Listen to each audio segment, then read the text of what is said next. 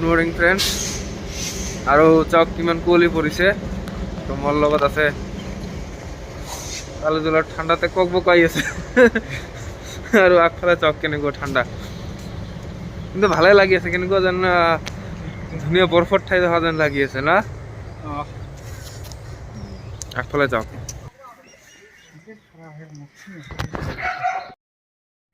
আৰু আপোনালোকক ৰাস্তা ঘাট দেখুৱাই বা কিবা কিবি কৈ সময় নষ্ট নকৰোঁ ডাইৰেক্ট লৈ আহিছোঁ মই তলাতল ঘৰত তো আপোনালোকে চাওক আহোম ৰজাৰ যিবিলাক কীৰ্তিচিহ্ন আছিল তাৰে ভিতৰত এটা অন্যতম তলাতল ঘৰ আৰু আমি আজি তাতে যাবলৈ ওলাইছোঁ আৰু এইটো ওচৰতে যিটো আপোনালোকে দেখিব পাইছে এইটো হ'ল গোলাঘৰ প্ৰাচীন কীৰ্তিচিহ্ন আৰু পুৰাতাত্ত্বিক স্থান সংৰক্ষণৰ অধিনিয়ম যিটো আছে 1958 24 নং অধিনিয়ম তাৰ অধীনত আৰ্কিঅলজিকেল ছাৰ্ভে অফ ইণ্ডিয়াই এই গোলাঘৰটোক ৰাষ্ট্ৰীয় সম্পদ হিচাপে ঘোষণা কৰিছে আৰু তাৰ বাবে এইটোক এনেকৈ প্ৰটেক্ট কৰি ৰাখি দিয়া হৈছে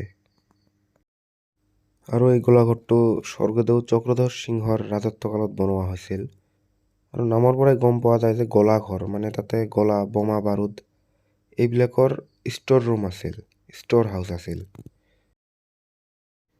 ইয়াতে এই কেনন তিনিটাৰ বেলেগ বেলেগ নাম আছে এইটো প্ৰথমতে যিটো চাইছে আপোনালোকে ইয়াতে চাওক হাতীখুৰৰ দৰে দেখা যায় সেইকাৰণে এইটোক হাতীখুৰীয়া আৰু মাজৰ যিটো আছে ডাঙৰ মাজৰ এই ডাঙৰটো এইটো হাতীৰ মূৰৰ লগত মিল আছে তো সেইকাৰণে এইটোক হাতীমূৰীয়া আৰু একেবাৰে শেষত যিটো এইটো হাতীৰ ভৰি মানে হাতীৰ খোজৰ লগত মিল আছে তো সেইকাৰণে হাতীখুৰীয়া বৰটোপ বুলি কোৱা হয় এই তিনিটাক মুঠতে 5টা কেনন আছে বৰ্তমান ইয়াতে এই গেটখনেৰে সোমাই গ'লোঁ চাওক তলাতল ঘৰ মানে এইটো ৰংপুৰ আহোম কিংডমৰ কেপিটেল আছিল আৰু তেতিয়াৰ ইটাবিলাকৰ ডাইমেনশ্যন চাওক এতিয়াৰ দৰে নহয় তো তেতিয়াৰ ইটাবিলাকৰ ডাইমেনশ্যনো বেলেগ আছিল আৰু এতিয়া মই ওপৰত উঠি আছোঁ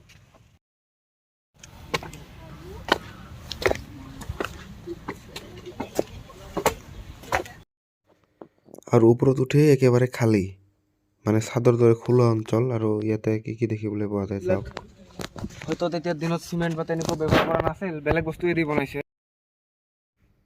বেলৰ আঠা হাঁহ কণী মাটিমাহ বৰা চাউল শিলিখাৰ ক'লা পানী শামুক চূণ বেলৰ আঠা এইবিলাকে দি আগৰ দিনত বনোৱা হৈছিল তো কথা হ'ল এতিয়া আমি এনেকৈ বনাব নোৱাৰিম হয়তো কাৰণ এতিয়া যেনেকৈ আমি যিবিলাক RCC বনাওঁ standard M10 M15 M20 M25 এইবিলাকৰ কিবা এটা ৰেচিঅ' আছে তো ঠিক তেনেকৈ আগৰ দিনতো হয়তো এইবিলাকৰ কম্পজিশ্যনৰ কিবা একটা ফিক্সড ৰেচিঅ' আছিল যিবিলাক হয়তো এতিয়া আমি তেনেকৈ নাজানো স্বৰ্গদেউ আছিল ৰজা ৰাজেশ্বৰ সিংহ তেখেতে এইটো বনাইছিল বিটুইন 1751 AD টু 1769 AD আৰু তেতিয়াৰ পৰা তাক কিমান বছৰ হৈ গ'ল কিন্তু এতিয়ালৈকেও যেনেকুৱা তেনেকুৱাই আছে সৰুতে শুনিছিলোঁ এই তলাতল ঘৰত আহিলে বোলে কোনোবাই আকৌ হেৰাই যায় মানে মাটিৰ ওপৰতো আছে তলতো আছিল বুলি আগত তেনেকুৱা বনোৱা হৈছিল আৰু বহুত কমপ্লেক্স একেবাৰে মানে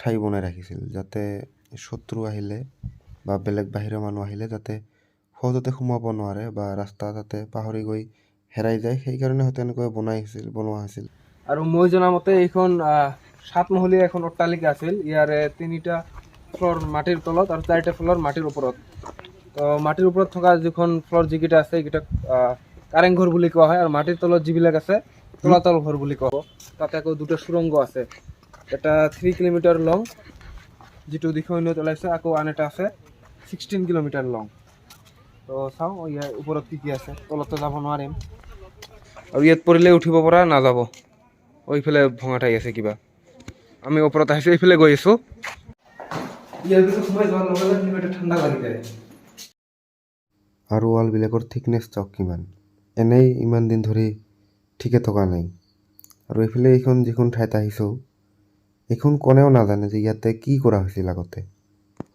তো এইখিনিৰ বিষয়ে তেনেকুৱা বিশেষ তেনেকুৱা ইনফৰ্মেশ্যন নাই তো ময়ো নাজানো যদি আপোনালোকে কোনোবাই ক'ৰবাত পাইছে জনাই দিলে উপকৃত হ'ম খটখটি পাইছোঁ মই খটখটিৰে তলত গৈ আছোঁ কি আছে চাওঁ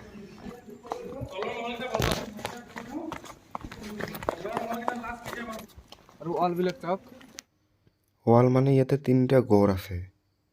গড় তিনিটা আছিল বাজগড়, মাজগড় আৰু এইটো যিটো চাইছে আপোনালোকে এইটো হ'ল ভিতৰ গড়। আৰু এনেকুৱা লাগি আছে যদি ৰাতি এইবিলাকত অহা হয় কেনেকুৱা লাগিব চিন্তা কৰক। ৰাতি আহিলে ভয়ে লাগিব কিজানি। চাওক কিমান বছৰ পুৰণি। ইফালে ৱাল আছে লাষ্ট একেবাৰে সীমা এইটো এইফালৰ। তো আমি ভিতৰত সোমাই আছো একেবাৰে এইফালে ইমূৰৰ পৰা সিমূৰলৈকে যাম। তো এইবিলাকত আহিলে পুৰণি যেন ফিল হয়।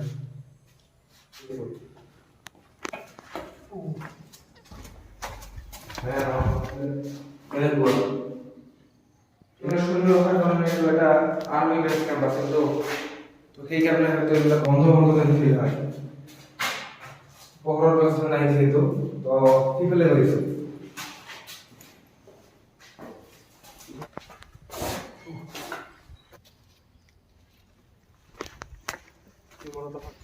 এইগুলো কাছে বহুত টানেল আছে তো গৈ আছো।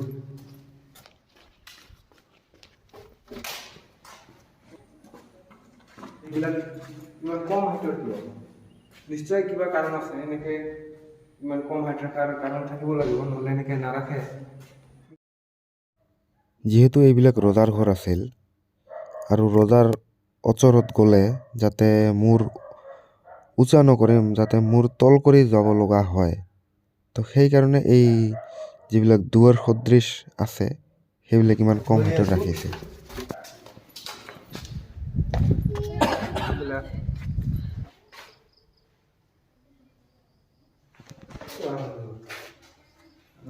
কেনেকুৱা ভিতৰুৱা ঠাই ইয়াতে কিমান অন্ধকাৰ জ্বলাই আছো।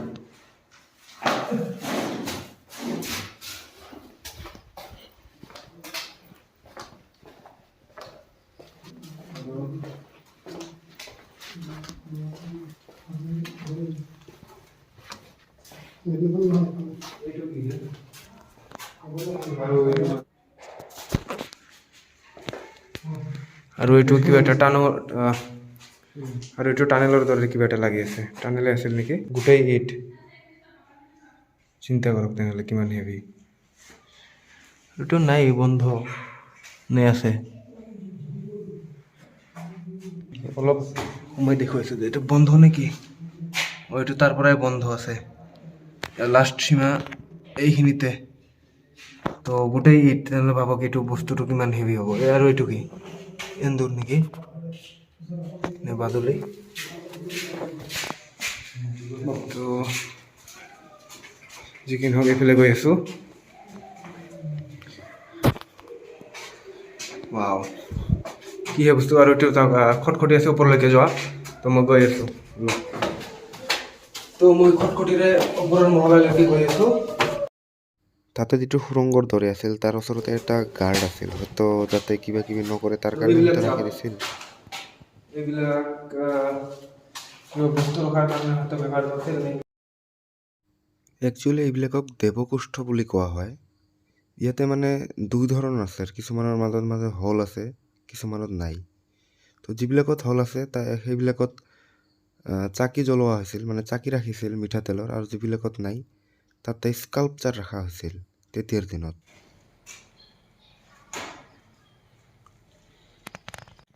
আৰু এতিয়া আমি ইয়াৰ ভিতৰলৈকে গৈ আছো, এইফালেদি সোমাই গৈ আছো। আৰু এতিয়া মই ইয়াৰ ভিতৰত সোমাই আছো। আৰু ইয়াত চাওক কেনেকুৱা ঠাই। এইটোৰ হাইট মোটামুটি 5'7" মান হ'ব। 5'7".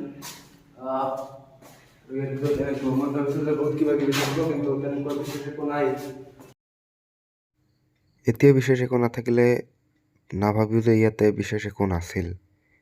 এইটো আছিল আগতে ৰাজভঁৰাল। তো ৰাজাৰ ভঁৰালত বা তেতিয়াৰ দিনত কি যে ৰাখিছিল, বহুত বিশেষ বস্তুৱেই আছিল হয়তো। আৰু ৰাজভঁৰালৰ ওচৰতে এই লেফ্ট হেণ্ড ছাইডত এই দুৱাৰখন, এইখনে আছিল আগত ঘোঁৰাশাল। যিহেতু মোৰ আজি ইমান বেছি সময় নাই, তলাতল ঘৰ খতম ইয়াতে। এতিয়া বেলেগ ঘৰলৈ গৈ আছো।